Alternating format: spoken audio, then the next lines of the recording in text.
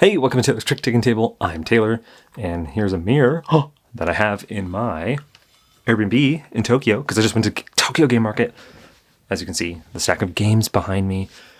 I've played a good amount of them, actually. So I am going to cover the game we're covering today, which is Best at Another Time by me, inside.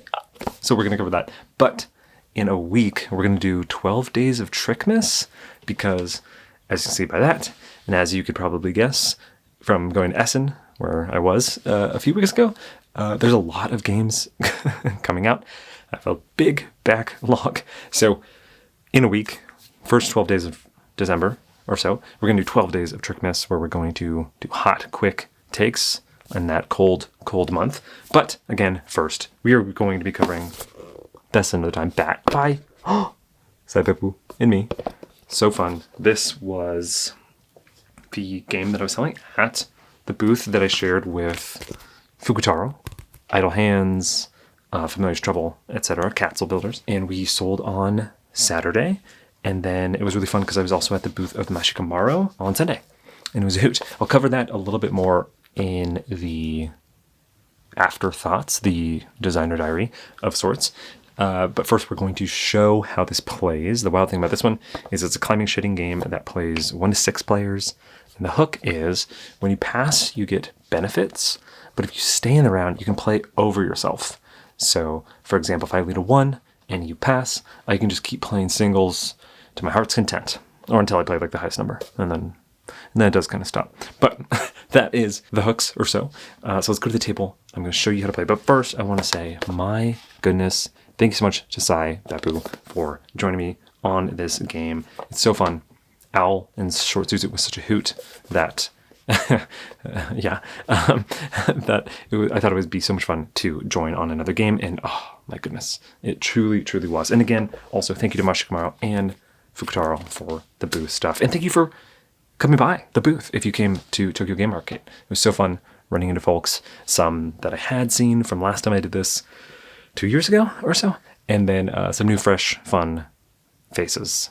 It was such a hoot. Thank you so much. It was so great to see you. All right, on to how to play Best at Another Time. Hey, Taylor from Designer Diary that you might watch later. Anywho, I forgot to say in the opening that this is up for pre-order at trickyimports.com. There's a link in the description. Definitely check it out. No pressure, no nothing. Maybe you want to see how it plays. Maybe you want to see how it plays first. Okay. If you want to do that, keep watching. Okay. Thanks so much. Okay, bye. Here we have the full deck for Best Another Time. It's 4 suits, numbered 0 through 17. At different player counts, you're actually going to be changing the deck makeup, even at solo. And one thing to note is the player aid, as it listed as 1 through 5 when that should be 2 through 6. So actually the setup here has the deck makeup correct. We're first going to teach Best at Another Time at 2 players, then we're going to show how it goes from 2 all the way up to 6, and then we'll do solo at the end. So for 2 players, you're going to do the deck setup like we talked about. You're going to shuffle and deal each player 15 cards. You're going to have 6 cut face down from the round. You can just set those aside for now. Then you're going to get the correct pass cards for the player count. We're playing at 2. So this is just going to be the 2-player one, which is the lead next. You're going to put it in the center here. And now we have a 1 yen versus a 5 yen. And just at 2 players, you're going to actually both pick any card in your hand and flip it backwards as a wild. And after that is set, you're going to start off with the first player, and the first player in the first round is the last player to eat a raspberry. Let's say it's the 1 yen player. And let's say this player just flipped that. So they are going to be playing any of the possible melds in the game, and the possible melds on the player aid here are singles, sets of any length, and then suited runs of any length. So this 1 yen over here maybe wants to start us off with a pair of 2s. Coming to the other player here. So when you're leading, you must lead a meld. You can't pass. But coming to the other player, they can pass right away. But maybe they don't want to. You do have to follow the meld. So to be able to play in here, they have to play the same number of cards and the same meld. So since it was a pair, they do have to play a pair. So maybe they play a pair of 8s. Coming over to the other player, they decide to play a pair of 11s, treating this as an 11. So wilds in the game are any number 0 through 17 in any suit, and they're declared when they're played. So this player would say that is an 11, which is hopefully obvious. Coming to this player now, maybe it's getting too rich for their blood and they are going to pass. When you pass, it's hard pass, meaning you can't keep coming back into the round. When it comes to you, you're out for the rest of that kind of trick. And so this player right here is going to pass. So when you pass and there is still a pass card available, you're going to take one of them. So in a 2-player, there's only this one. So they're going to take the lead next card. Now it's going to go to the other player. Interestingly, in this game, what's different is you don't have to stop playing when it comes to you, or you're the only one alone. So since this player passed, comes back to this player, they have played a pair of 11. So looking at their hand here, they're going to now, if they want to, they could just pass. They could just stop the round like normal, but they want to keep playing. So they're going to play a pair of 12s over themselves. And that was it. If they had more, they could. So like if they had a pair of 13s, they could play it. A pair of 14s, they could play it, yada, yada, yada. But at 2-player, 12 is actually the highest. So then they're going to pass. And now when everyone's passed, you're going to discard the cards. And then the person who has the lead next is going to lead next. So you can put it in the center here, and then that player is going to lead next. So maybe this player leads with a run of 4. Coming to this player, it's way too rich for their blood, so they're just going to pass, and this player just passed. What's funny is this player could have led that run, this player could have passed, and then they could have played this run over it, but they played it as 4. So next is going to be this player. This player is going to lead a single. Let's say this 5 yen is like, oh, I really want to lead, I'm going to pass. So when they pass, it comes back to this player. Since it's just a single, this player can now pretty much play a lot of their hand. So they're going to play the 3, they're going to play the 4, they're going to play the 6, they're going to play the 9, they're going to play the 10. So now they're down to the 3 cards. And so when they're done, when they have passed the 1 yen coin, who just played all those cards, that's going to go away, and it's going to come to the 5 yen player. And now maybe they were fine with that, because now they're ready to play a bunch of a run. So maybe they play 4 in a run. After the 1 yen player passed, they led with 3, and maybe this 5 yen player decides to pass and take the lead next, which was a bad idea because now, as you can see, the 1 yen player is just going to go 4, 6, and shed out. So when you shed out, you're immediately going to check how many points you got. And so scoring is you get 2 points per other player still holding cards when you shed out. So that would be this player over here. So the 1 yen shed out. The 5 yen player still has cards in their hand. So the 1 yen would get 2 points, plus you get 1 point per card in the hand of the player holding the most cards. So since there's only one other player here, that's 1, 2, 3, 4, wilds included, 5. So this player just got 7 points. You're going to keep playing rounds until players pass a threshold of points. And once that's happened, you're going to have that be the final round, and then whoever has the most points after. So at 2 players, the threshold is 10. So currently it's 7-0. You'll play again. Let's say this player wins and they get 9. You're going to keep playing. And then at the end, maybe this player wins again and gets 4. And so it'd be 11-9. And since they passed the threshold, that's when it would end. And this player would win with 11 points. So that's how to play 2 players. Let's get another yen coin in here and start talking about 3 players. At 3 players, everything's the same except for at setup. The players don't simultaneously flip a card to be a wild. That is not a part of it. But instead, how they get wilds is it's now a pass card. So let's say the 5 yen player is the leader and they lead at 2. Coming to the 1 yen player, maybe they want to pass. They get to choose which pass card they want. So if they want to lead next, they would take that one. Coming to the 10 yen player, maybe they do play. They play the 7. Coming to the 5 yen, maybe they really want a wild. They will pass and take the wild. And so now, since the 1 yen player is out, it comes back to the 10. And again, the 10 can just play to their heart's desire. So they're going to play a 9 and a 10. So once they are done and everyone has passed, again, you're going to clean like normal. But now these are going to activate in reverse turn order. So there's like a 3 down here in the bottom. That is the highest player count, so that's going to trigger first. They're going to get a wild. What you do is you just take any of the cards that was discarded. You're going to flip it in your hand. So, boop, face down, and then that is a wild just like normal. You're going to put the card back. And then you're going to go down the line. The next one is the lead next. Boop, put that in the center. Those were discarded. And then this player is going to lead. Play like this is going to continue until a player sheds out. Let's say it's the 5 yen this time. They're going to do the same thing. They're going to see how many players have cards left in their hand. They're going to get 2 points per player. So that would be the 10 and the 1. So that's 2, 4. That's 4 points. And then they're going to, again, see who has the most cards. Maybe it was the 10 yen player. They have 5 plus 8. So they got 4 plus 8. That's 12 points. And when you go out, and obviously if there's more than 2 players, you're going to take the highest player count card out of the game. So now there's no more wilds in the game. So it's effectively become, just like we talked about, the 2-player back and forth where there's only the lead next. And you take that out at the end of the round. So let's say before this player shut out, this player up here had taken that wild, and then the 5 yen player had shut out. This player up here still gets that wild. You'd finish kind of them all. But before you led the next trick, the 5 yen player would remove that out of the game. So now let's add the 50 yen card and talk about 4-player. So 4-player down here, as you can see, is discard any meld.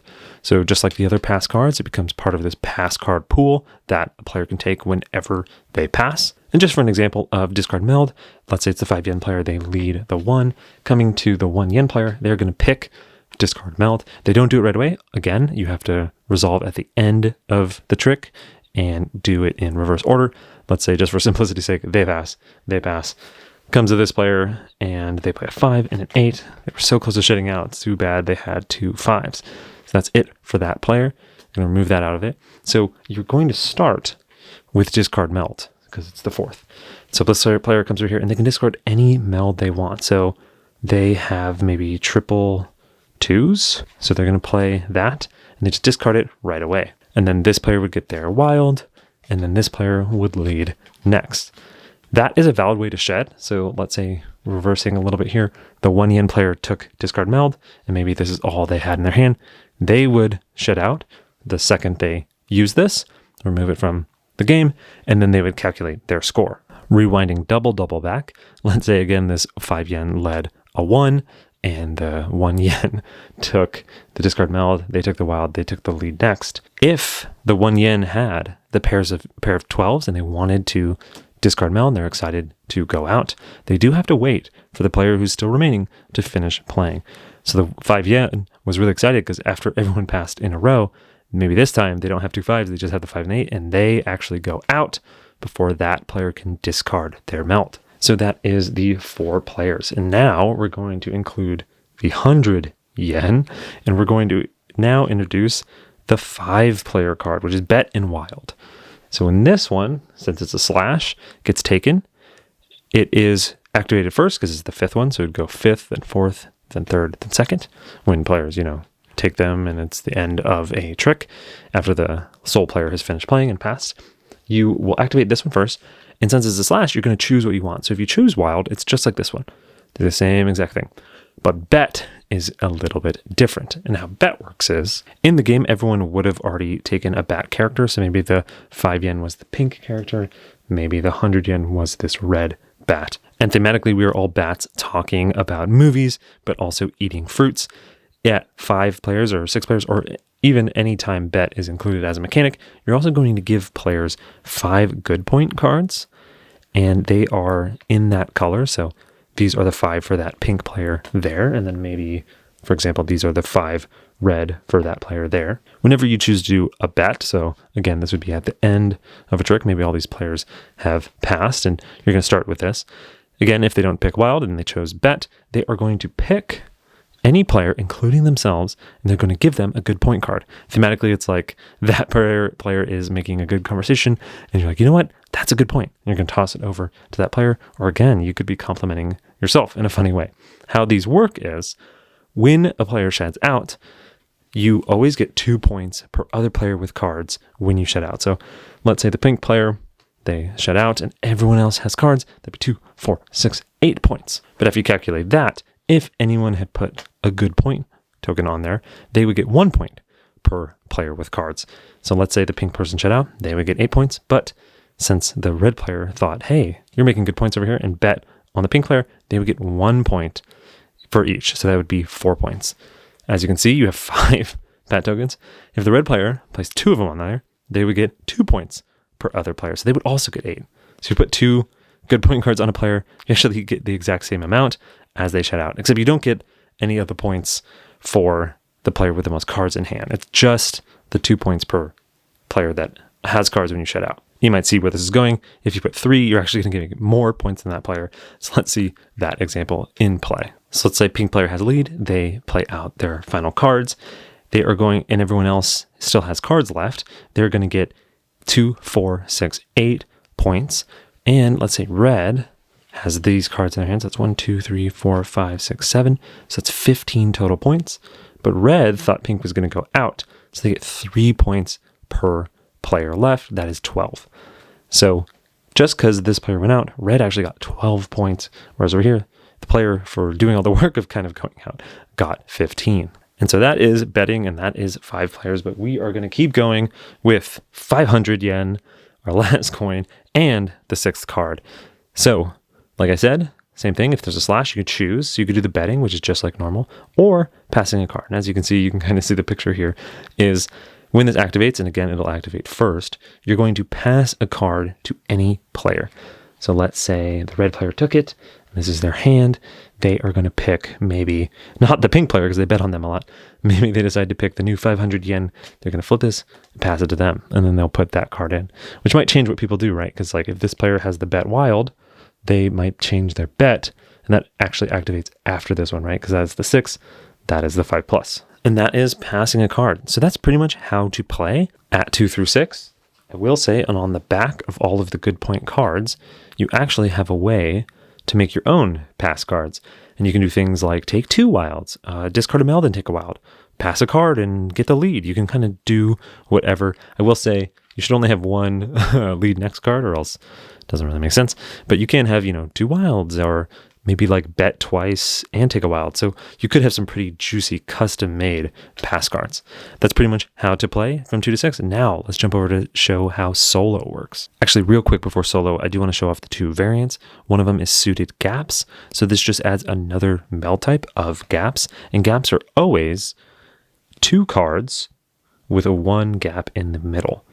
So notice how there's no 9 here. That's just a 1 space gap. And that is a suited gap. So for example, like let's say it's lead 7, 9, higher suited gap is kind of like a run, right? So it's just higher than the bottom there. So then the 8, 10 beats the 7, 9 suited gap. Hopefully that makes sense. And finally, let's talk about the zeros. So how the zeros work is that they beat the highest rank in the game, but then they kind of reset things. So for example, let's say someone leads with maybe 2 11s and maybe everyone passes, they're all alone, right? And they play 2 12s. And if 12s were the highest, they could then play 2 zeros. And then it resets. So now they have 2 zeros here. So then they're able to play like 2 4s. And then after that, 2 6s. So the zeros kind of reset things. Those are the variants, and now let's go to solo. Here we have the game set up for solo, so you're going to set up the deck specifically for solo. You're going to shuffle it, deal yourself 14 cards, deal 7 cards to our opponent up here, which is symbolized by this 1,000 yen bill. This is us, the good 1,000 yen bill, I guess, and then the rest are in a deck up there. So the goal of the game is to either shed out your cards, so that's like a win-win-win, or if you haven't shed out, the deck will run out. That's the other timer. So the timers are either the deck runs out or your hand runs out. And if the deck runs out, you want to where the values in your hand are less than the values in this hand minus some suits, which I'll explain in a little bit. So we're kind of fighting against this deck here. So we'll always have the lead in the game, in the solo game. And what you can play is close to the melds in the game, except there's no singles. So you can't ever play singles. If you have to play a single, you actually will take one of these cards as a wild, which will make that hand better, and I'll explain that in a little bit. But so you can't play singles, but you can play sets in suited runs. So let's just keep it simple here. Let's say we start us off with a 2-card run of 2, 3. So after you lead, you can then pass or play over yourself, just like in the game, just like if you were alone. So if we decided to pass here, we're going to be drawing 3 cards from the deck. And again, that is the timer. If we don't, and we don't pass, but decide to play over ourselves with another higher suited run, maybe this 4, 5 here, boop. Then once we eventually pass, so like let's say we do pass on this, we're actually only going to be drawing 2 cards from here. Then you're going to discard this like normal, and then we're going to lead again. So maybe this time we lead 2 3s, and then we pass. We don't decide to do that. So then we will draw up 3 cards now. Again, flow like this is going to continue until we shed out our hand or the deck is empty. If we shed out our hand, we have won. And that is it. And again, you can play best of 3 or 4, 5 or whatever. We can talk about that later. But if you shed out your hand, that is great. But let's say we're going through, and the deck eventually empties. You're going to finish out that trick and then do one final trick. So let's say there's 1 left, and like we played that or something. We decide to only pass after playing that. We have to draw 3. We're just going to draw the 1 we can, and then play one final trick. So coming to the final trick here. Let's say this is our hand, not the best. Let's just do a run of this and a run of this. So we ended with 15 in our hand. At the end, you'll likely have some cards in here. You're going to take the dummy hand, flip it, and then depending on the difficulty, you're going to burn either 1 whole suit or 2 whole suits. And which suits you burn are actually the ones with the highest number. So this was shuffled and dealt randomly, so we don't know what this is until you reveal it. But as you can see, it's a 9, 8, 5 is probably the highest. So we would remove that. And at normal difficulty, you only remove 1. So then you're comparing, and we have 22 to 15. So we beat it at normal difficulty with 7 cards dealt up there. If it was a higher difficulty, we'd also remove 2 suits, and we'd actually would have lost. Also, one mechanic of the game that I did not explain, is rewinding all the way back, is you can take as many times as you want a card from random, from the dummy hand, and use it as a wild. So actually going back to this example where we led this, we could have done 5, 6, 8, 9, 9, 10, 11, 12, and been able to shed out, and then we would have compared to the hand over here, and we would have actually beaten it. But mind you, what if we did all that, and then when we played the 11, 12, we still had a 12 left in our hand, and we use all those wilds. When we flip this, we actually made this hand a little bit better, right? And so now, even now that when we just discarding 1 suit, it is actually 15 to 12. So we still won. If we were playing harder, we would have lost because it would have been 0 to 12. Or if we would have maybe removed different cards, obviously it's at random, but it could have made it only better for the dummy hand every time you take a wild. And again, if this was our only card in our hand, we would have had to have used a wild to lead, which if it's the last wild, you just tied at 0 to 0. But you did shed, so tie goes to the player. So that's pretty much how to play. There are different ways to make it harder. Obviously, as you can see, we deal 7 up here. If you want to play best of 3 or best of 5, what you can do is, for every one of the 5, is deal 1 less card up here, and then try to do best of 5 winning, but it gets harder and harder. Also, you can keep track of score, like we had 12 to 15 or something. So we had like a 3 positive points, like we were winning by 3, but that could have just been 1 round, play another round. And so if we lose, it's not like all or nothing. Like if they got 12 and we got 20, we would have been losing by 8, but we won by 3 earlier. So you can kind of have this like ongoing tally, best of 3, best of 5, or however it works. But that is how to play solo. Alrighty, so that is Bested Another Time. This is going to be a designer diary where we talk about how this game came about. This is obviously biased because the designer. So just keep that in mind. But before we do, I'm trying to pack here, so everything on this bed is a little bit cramped. But let me move this out of the way. Let me get a little bit more up close and personal and talk to you about how this game came to be. So that started when I was on a plane flight and I was reading the book about mechanisms. I'll put a picture up here, but it's by Jeff Engelson and I think Isaac Shalem, and how one of the mechanisms that was talked about was pass turn order. And so pass turn order is where, like in 5 Tribes, if you're the first to pass, you essentially get to go first next round. And so I was like, oh, that's so interesting. What if that was a part of a climbing shedding game? So instead of being the person who won the continuous trick or whatever that is, after everyone pass, instead of that person leading, what if it was the first person to pass? And I was thinking, oh, that's really interesting. Maybe if that maybe if players wanted to pass, you could also incentivize something that the person who didn't pass did. And I've played a lot of games where I'll show off climbing shedding to folks who don't know climbing shedding quite yet, like aren't really ingrained or in what you have to do, like the kind of tropes of the genre and like what you're maybe forced to play whenever things happen. And a lot of times when everyone passes, it gets to that player who just played and they want to play again. And I always have to be like, well, sadly, everyone passes, that's going to clear, and you're going to lead something else. And they're always like, oh, okay. And I love when I am showing folks who aren't forced to see games certain ways and see what they want to do and see if I can design a game around that. So I've always had friends who want to keep playing.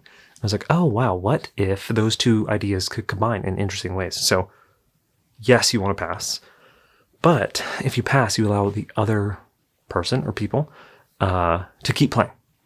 And so the game actually started out as a 2-player design. It was very zero-sum. So if I led a single, like a low single, and you passed, I could play over myself over and over and over and possibly shed out, right? So the kind of hook was, if I lead like a 2, maybe you don't want to pass on it because you just give me like open range to really just play a bajillion things, right? So then it became like this push and pull where like if someone leads something low, maybe you play a little bit, but then they could just pass and take the lead, and maybe you weren't set up to play a lot on that meld, right? So like if I play a low pair, maybe I set my hand up to play a lot of low pairs or higher pairs. And so if you play like a pair forward, but you weren't really set up, I can pass and then just lead another pair. So that's kind of like the tension, the push and pull. So it started off at 2 players because I think it made sense to have this like, you get the benefit of passing, leading next. I get the benefit of playing like this back and forth, kind of like a head-to-head thing. And then I was showing some people, and word got around. We're like, oh, like discussion was like, does this only play at 2? And I'm like, yeah, I don't know. I was thinking about it, and I was thinking like, what do you maybe have to tweak to make 3 and maybe 4 players work? And I tried to just play it as is. So I played it to where the first person to pass was able to lead next. And then that was just it. At 3 players, it was like, okay. But sometimes it felt weird because it was like one player would pass, the other player would pass and get nothing. And then the last player could like keep playing. It didn't feel quite as interesting maybe as the 2-player. And then I showed it 4-player and it felt much worse because just by the time it gets around to you, it just wasn't that interesting when there was only the lead next pass card. And so I was kind of debating, like, do I make 4-player teams? Like, how do I kind of handle that? I was kind of just like kicking around in my head. And then during some feedback, especially at like a 3 or 4-player, some players were just like, I do wish that there were like some wilds in the game. So I have wilds in Of What's Left. And I do personally love wilds in climbing shedding games. It's fun to like see where that gap goes. Like what could any mystery number or rank kind of do for your hand, right? It's like a fun puzzle. So I was like, oh wow, I always want to add wilds. Like I loved them enough what's left. So what if there's actually different cards that you can take when you pass? Like one of them just gives you a wild. So I added that and it worked at 3 players really well. And I was like, okay, I think that's the thing. You always want player count -1 number of powers. And so at 4-player, I tested it out. I'm like, yeah, I definitely want 3 powers in there. I was like, what could be good? And I didn't quite know at the time, like what could be good at 4. And so a classic thing is just getting rid of some cards from hand. I was like, do I want it to be discard 1 card? And that felt kind of weak. So I had to discard a meld because players can kind of, especially with wilds, build up to something like huge in the game.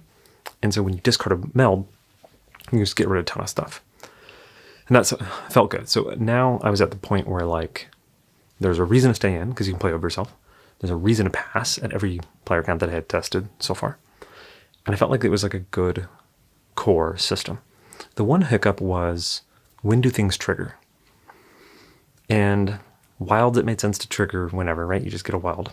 Lead next made sense to trigger right before the next trick, or else players were just kind of like, how did it work logistically? And so then I was like, what if you added cards in order of player count, and then they resolved in reverse player count of the cards you added? So in playtesting, I noticed that discarded meld is kind of funny, because it's kind of like leading next, right? Because leading next, you're like leading into a meld. Maybe it's a little different, because you maybe would lead something maybe the other players can't quite play on more than what you would discard, because discard is kind of like this like whoosh, one and done thing. But I wanted to make discarded meld feel even more different in that since it triggers first, you can shed out with it. So I've had players take discarded meld and they only have one more meld in their hand and they like can't wait until the trick kind of ends so that they can get rid of it and shed before the person who leads. But the wild thing is I've had players try to do that and succeed, but also try to do that, but then the person who's the last one remaining, who didn't take a pass card, plays over themselves enough that they actually go out before the person discards a meld. So I really like that kind of like, I almost said will they, won't they? I really like that kind of tension of you pass and your hope being to discard it for players to beat the person who's going to lead next, but there's still a person playing. So that felt good. So then I felt good about 4 players, 3 players, and 2 players. And I don't know what it is about this design, but I was just like, it started at 2. Let's just go wild. Let's just start adding more and more players. I think it was because what I've noticed is games like Fool or Foppin', or games that like work well at higher player counts, like Texas Showdown, they do something to group players, if that kind of makes sense. So Fool or Foppin' is the easiest example because like the winner of the trick is the one who has to sit out the next trick. So they kind of like pull people out of the trick. Texas Showdown is great because what you play, you're kind of like grouping with players. Like you're like trying to either make a certain suit more popular, or like you're bouncing around. You're like, I'm going to join this person, kind of things like that.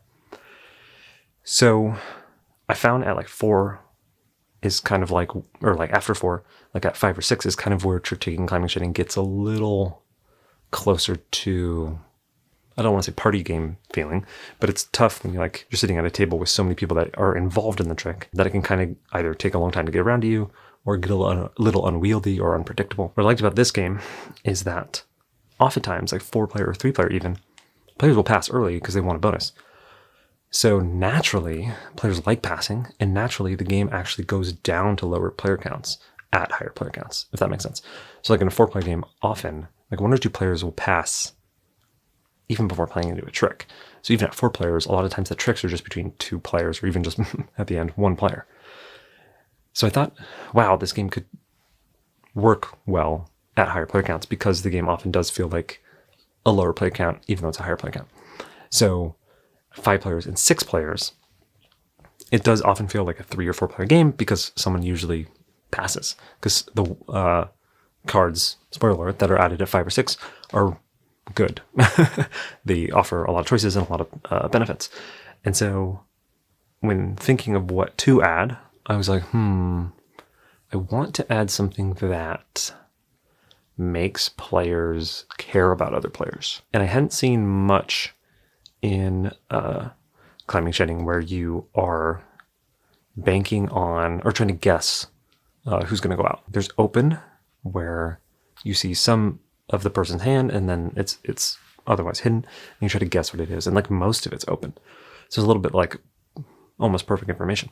In this one, it was more like you're watching who's taking wilds. You're watching hand counts. You're watching who's kind of played a lot and set themselves up. And also there's ways to pass and let that person maybe stay in the round longer to maybe have them go out as well. So I didn't explain it, unless you watched the rules stage, I just realized. But betting is a way to not only share points and when someone goes out, but maybe even surpass them. I also like that it kind of tied it with the theme. I do love that idea that like at a bigger table, there's kind of like partnerships, kind of like Skull King or something, where like you have this kind of reason to join someone. And then finally at 6, Dan, the lovely Dan, suggested passing a card. And I think I had thought about this, but maybe I was a little nervous because I don't love Take That. And in this game where you're trying to craft your hand to like play out, and really, really plan your hand, I didn't love how someone could throw a wrench a little bit in it. I was a little bit nervous, but a few things help. At 6 players, it's a little bit more raucous, and it's also only one card, and it's usually the person who's winning because people don't want that to happen. And it's more fun for the bets, like it's interactive with the bets. So let's say you're betting on someone, obviously you're not going to pass them a card, but let's say someone had bet on someone a lot, you can like effectively give that person a card to hurt 2 people in a way. So I really liked it. In play, it's more silly than Take That, which I liked. And then the final reason, I don't know if I've stopped counting, the final reason I really liked it is something I'll get to later, is that you can just include whatever pass cards your group likes. So if you don't like to pass a card, you can just change it to like, double bet or something, just like whatever your group likes. So I played around with that, really liked it. I did notice that at 5, players were like, I want to craft my hand more. So I made the bet at 5, bet/wild.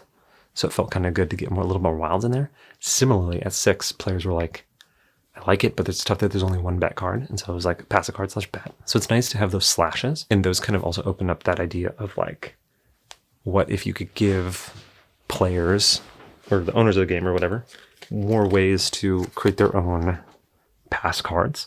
And what was great was, I love like multi-use cards. So all of the good point cards can then be used to create your own custom pass. Because like, if you're playing 5-player, like that's a whole set of the green player that you could use. But long story short, like it was really fun to have these be the other pass cards that players could use. And being able to create your own pass cards has been in and of itself really fun and a delight for me, because so when I did Short Suit, there in that game you can short suit yourself, trick taking, and depending on what you short suit in the intermediate scoring, you can get even more bonuses.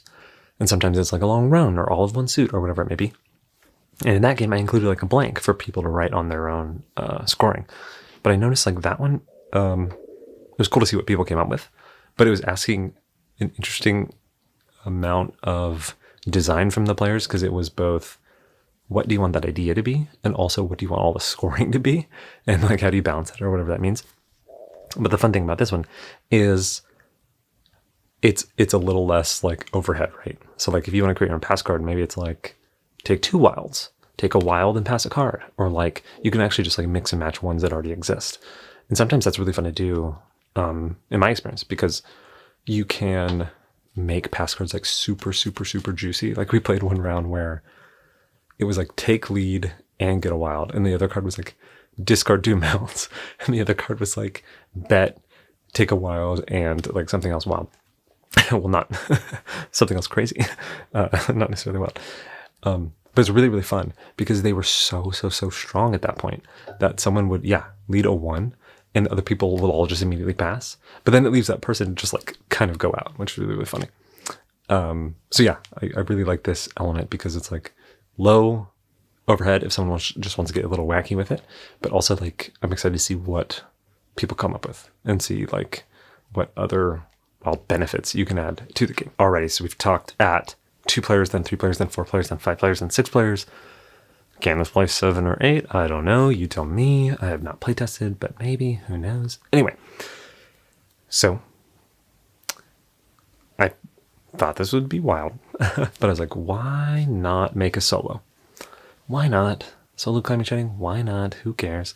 Solo climbing is interesting because of the melts, right? So trick taking, you always play 1 card. Well, usually. So games like Forward North would work great.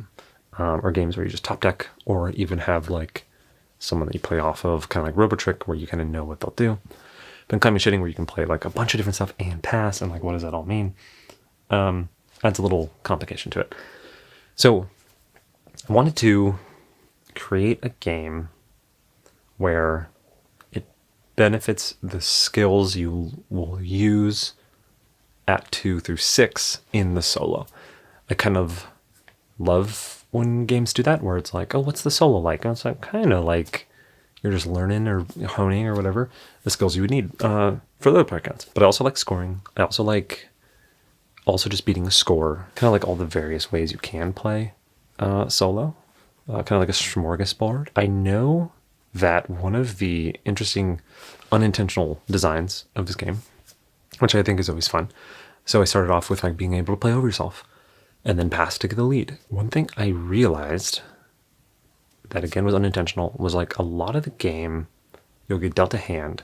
And since you're playing over yourself and you can just take the lead, I've noticed a lot of times you're like playing, even if it's two through 6 players, you're playing kind of with your own hand in mind, more so than any other climber, if that kind of makes sense. So like this shines at a 2-player a lot, where like I'm looking at my hand and I'm like, what can I beat in my own hand with my hand?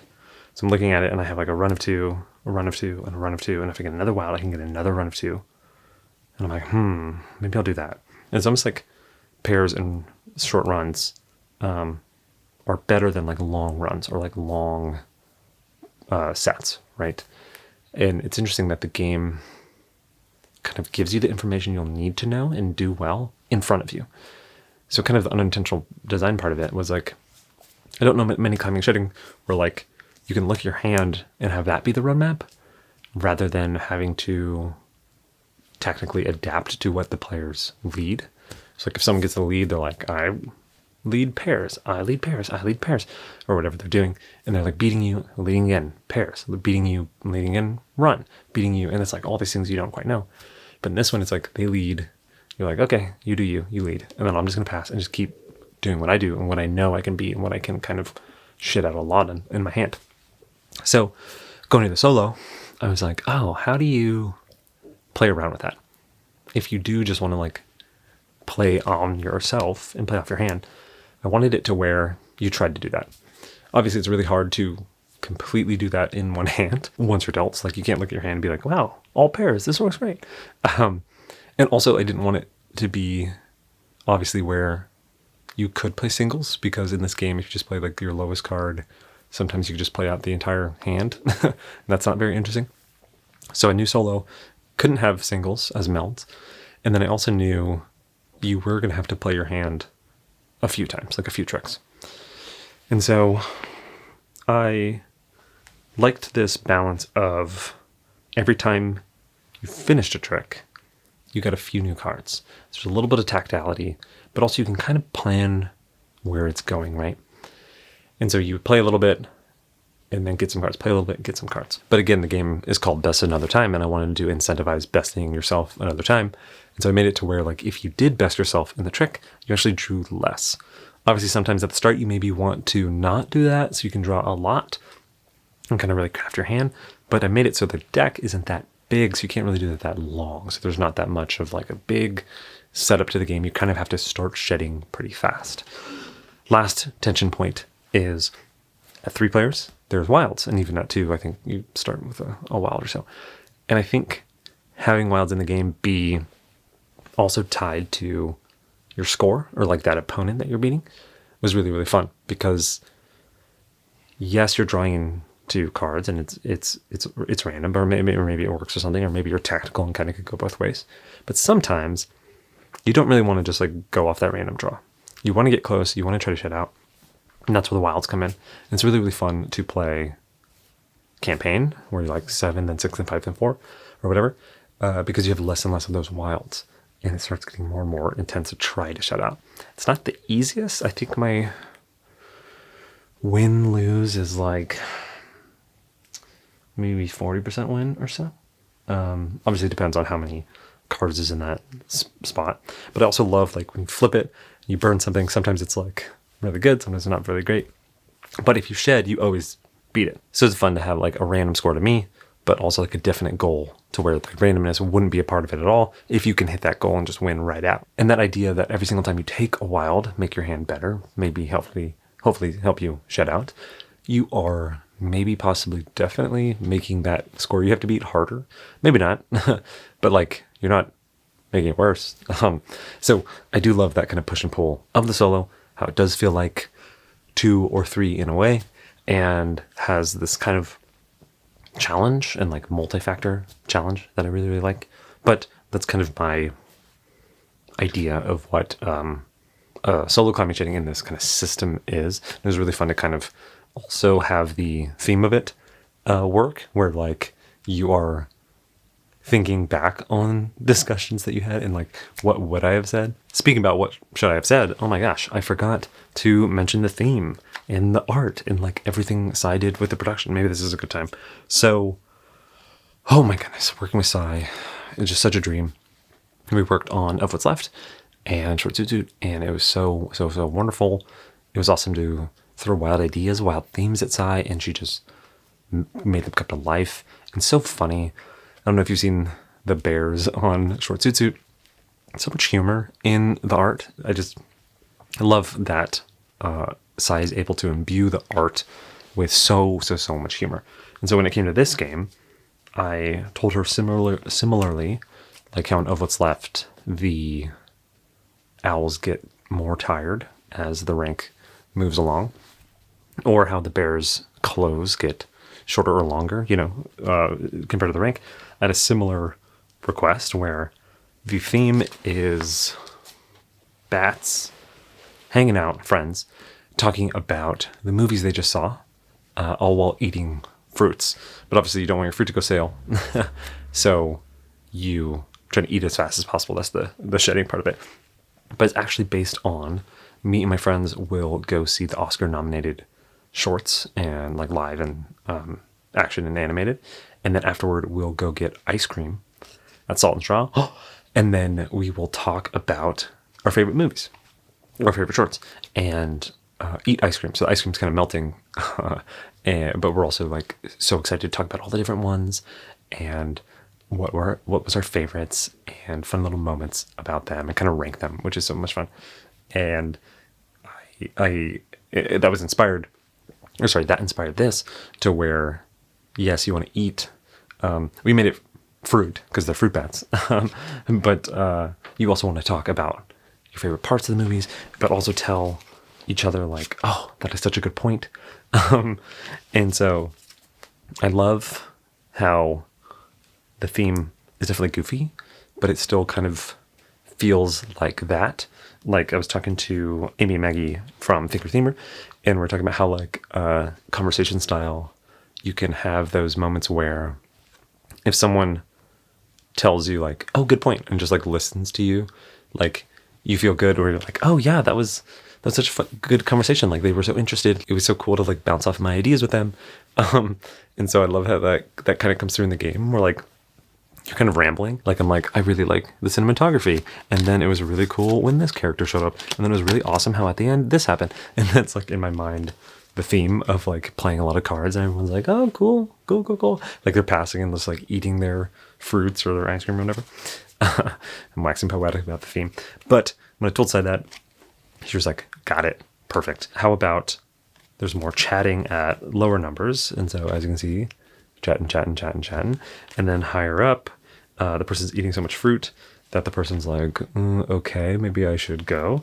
And then almost at the end, the bat is leaving in the background. And then finally, at the higher numbers, this bat is eating just like this giant cucumber levels of fruit bats. And I think I sent that in the mood board to Sai. It was those pictures of the bats who are eating like a banana or something, where they just like fill their cheeks up so much that they look like Chubby Bunny, So I love this. Also, like, it was really fun to come up with fruits that would fit the symbol colors. So like hearts, red, apples. And also like, oh my gosh, just that suit design. So if you know me, I love a good standard deck game. And obviously this works with a standard deck, but it was really fun to see how Sai did these suit symbols, which are kind of like effortlessly, like it just, they look so cute, but very obvious of that's what they, the original symbols are, like a spade and a diamond and all that. So amazing, so great, and so funny. I just love the humor that Sai imbues in the characters, like all the facial expressions, all the different types of bats. Like she has just so much character in all these different bats. Like this one just like eating and super goofy. This one's just like a little old mustache. This one's like a really cool glasses with like pierced earrings, pierced ears. There's just something to how consistently amazing she is. I can't get over it. And her graphic design is just so wonderful. Oh my gosh. So anywho, that was fun to come up with a wacky theme. I think I usually love to have it be a mix of theme-based design and like design inspired the theme. It's like a acronym where, like, as I explained in the designer diary, like this is definitely mechanics first, but it was really fun how like I used something that is very personal to me as a theme. It's like one of my favorite things is to go see the Oscar live shorts and like go talk to my friends over ice cream with it. It's just like a wonderful, beautiful memory to me. And we do it every year. And having that kind of like thematically explain a lot of the stuff in the game and have it actually kind of feel like in the mechanism a conversation, which I thought was really, really fun. It was cool to play and have someone like play the good point card on someone, and it felt like they were giving them kudos to a point they made in a conversation. I don't know, maybe again waxing poetic, but it was so much fun to kind of like feel that same vibe as having those conversations in this game, playing this game. Mamma mia. Okay, talking way too much. Last things to talk about. I know, I'm sorry for being so long-winded. Or the variants. One of them is the gaps. And in a game where like you set yourself up to be able to play over yourself and have all this flexibility, I thought it was cool to add another meld if you want to swing it, if you want to throw that in the mix, to add another way your hand can play over yourself. It's really, really fun. I personally like it. Definitely check it out. And the other variant, the zero variant, we talked about how you can make pass cards really wild, make them really, really strong. You know, there's good reasons to pass anyway. So why not make staying in even better? This one's really fun because players can play a bajillion cards if the other players pass early or are not careful to block them. And also it's cool to like watch someone stay in a little bit longer and be like, are you staying in longer because you want to play cards? Or is it because you're just holding out because you have a zero and you really want to go wild after this, after I pass? And so it makes players stay in a little bit longer. It makes that sense of chicken and like when to leave a little tighter, stronger, wilder. And so I just love how there's tools of the game to make passing really fun and strong and super cool. And now this variant kind of adds the other side. It's like staying in is strong and cool and fun. Anywho, those are the variants. And so that was pretty much best another time. I do want to talk a little bit about the production and game market and running it. It was so much fun. So the amazing Fukutaro, Castle Builders, all the amazing stuff, has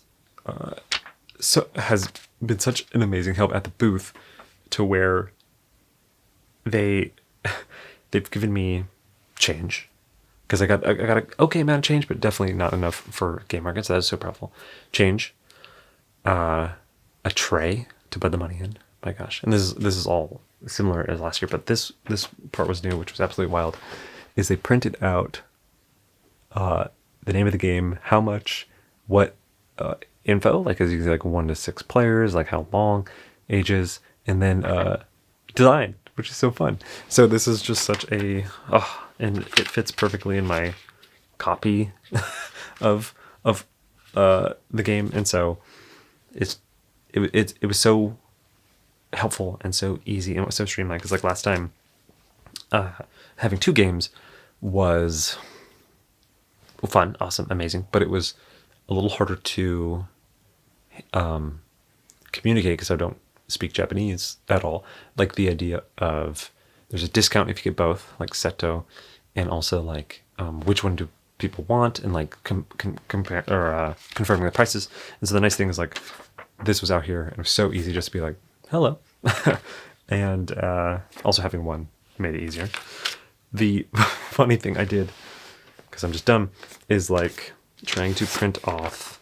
So if you don't know, at Tokyo Game Market, you take a reservation so you can know how many copies to make.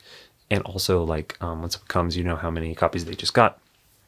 And also just to be prepared pretty much. And so speaking of being prepared and me not being prepared, I went to like hours before the con, I went to go print out the poster that I was eventually going to use for Best Another Time.